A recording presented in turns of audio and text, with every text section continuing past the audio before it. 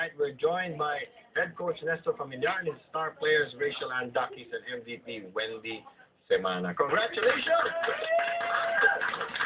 Alright, champion week here in Hardy.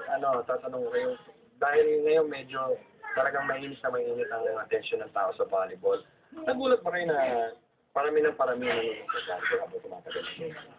Oo, siyempre, hindi katulad ng mga past years na hindi ganyan karami. Kasi siguro nung naumpisan din na-promote yung Shakey's Willie. So ngayon marami na masyado talaga nanonood. Lalo na nung final.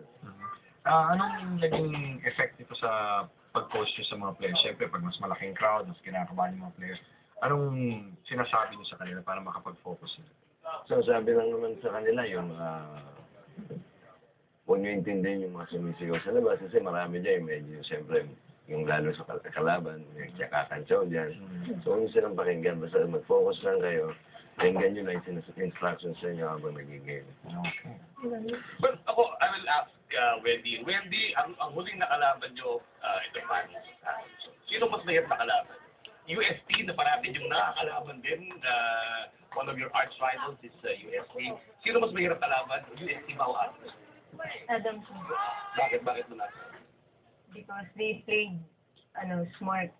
Saka magaling dun sa team setter nila. Saka yung pinaka-the best sa kanila is floor defense nila. You being a setter yourself, sa tingin mo kaya, what are the keys to winning a volleyball final? What are the keys to win a volleyball? Okay? Ano yung paka-importante kaya tumulat? Yung teamwork, yung communication, How about Rachel? Entering the finals, what was the mindset of the entire team, as far as and yourself as well? Ito kasi dapat, pag pumasok na ng finals, dapat ang nasisip mo na dapat panalo na. O yung meron akong alinlangan, parang meron pang nasa kabilang side na parang, ay, paano yan, parang, hindi pa kami sure na mananalo kami. Dapat pag tungtong mo, dahil lalo pag pumasok kayo ng finals, dapat panalo agad. So, and be aggressive, I suppose. Coach, coming into the finals of the tournament, what was your assessment on how the mindset of your players, ano yung mindset of players sa tingin mo? Coming into the game against Adamson, how were they? Basta ang motivation nung lagi sa akin, sinasabi nga na sayang yung pinaghirapan natin, ang dami natin pinagdaan, huwag natin sayangin. So, kailangan, pagdating natin ito, makarating tayo ng finals na para tayong talagang mahirap yung pinagdaanan bago kami nakarating ng finals. Ang dami namin games, puro 5 tests pakaramihan. So, ang sinasabi nga namin sa kanila lagi na huwag natin sayangin. Nandito na tayo, kunin natin. Kaya nyo naman eh. Coach, was there ever a time na nagduda ka rin during the tournament? Hindi, kasi ang nakita ko nga yung habang tumatagal yung laban, nag-i-improve eh. So, kunyari, may game na yan, susunod pa lang yung game ulit. Parang nakikita ang paangat, pag sila ng paangat eh. Kaya sabi ko nga, sabi namin sa kanila nun, same yan, kaya nyo yan eh. How is it to recruit players now, Coach? Kasi dati, di ba, especially if you go to the province, pag yung mga ibang magulang ayaw nila papuntahin ng Maynila, yung anak nila, to play, especially kung varsity, ayaw nilang parang pabayaan yung mga anak nila dito sa Maynila. Is it still hard to recruit players? Hindi. Ang hirap pa rin eh.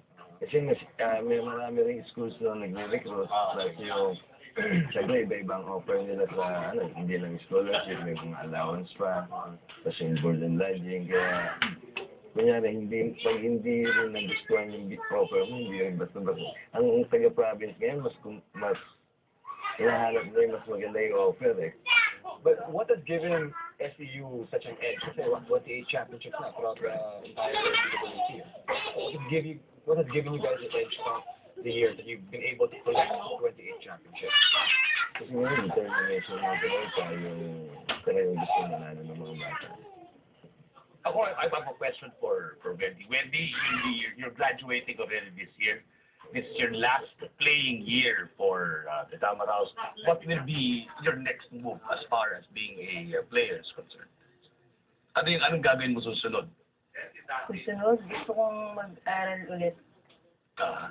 second course, tsaka gusto kong pumasok sa maging part ng national team. And Rachel naman, you still have one more year to play, right? And now that you will be one of the more senior players on the team, how do you feel about taking on this leadership role for the Lady Tamaraw Spikers? Now that I'm the next team leader, binibigyan naman ako ng brief ni Ate Wendy na ganito yung gagawin mo sa team, paano mahawakan yung team.